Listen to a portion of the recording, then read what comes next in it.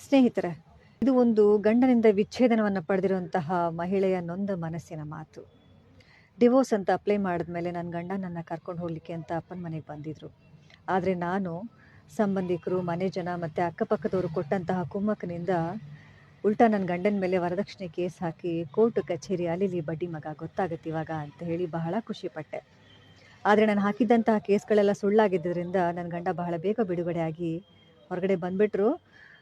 ವಿಚ್ಛೇದನ ಪಡ್ಕೊಂಡ್ರು. ಪಡೆದ ಮೇಲೆ ಅವರು ಮರುಮದುವೆ ಆದರೂ ಅವ್ರಿಗೆ ಇವಾಗ 2 ಮುದ್ದಾದ ಮಕ್ಕಳಿದ್ದಾರೆ. ಸುಖವಾದ ಸಂಸಾರವನ್ನು ಅವ್ರು ನಡೆಸ್ತಾ ಇದ್ದಾರೆ.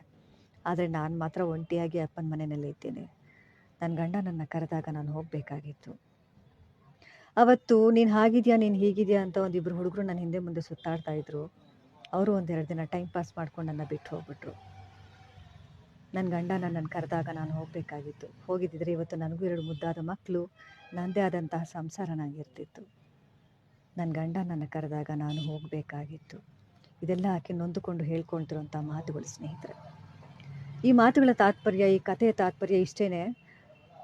ಸಂಸಾರದಲ್ಲಿ ಜಗಳ ಎಲ್ಲ ಕಾಮನ್ನು, ಎಲ್ಲರ ಮನೆಯಲ್ಲೂ ಇದ್ದೇ ಇರುತ್ತೆ. ಆದರೆ ಕಂಡವ್ರ ಮಾತು ಕಟ್ಕೊಂಡು ಯಾವತ್ತೂ ಸಂಸಾರ ಮಾತ್ರ ಹಾಳು ಮಾಡ್ಕೊಳಕ್ಕೆ ಹೋಗಬಾರ್ದು. ದೇವರು ಒಮ್ಮೆ ಅವಕಾಶ ಕೊಡ್ತಾನೆ, ಅದನ್ನು ಅರ್ಥಕೊಂಡು ತಕ್ಷಣ ಕ್ಯಾಚ್ ಮಾಡಿಕೊಂಡು ಲೈಫ್ನ ಸರಿ ಮಾಡ್ಕೊಂಬಿಡ್ಬೇಕು ಸ್ನೇಹಿತರೆ. Thank you.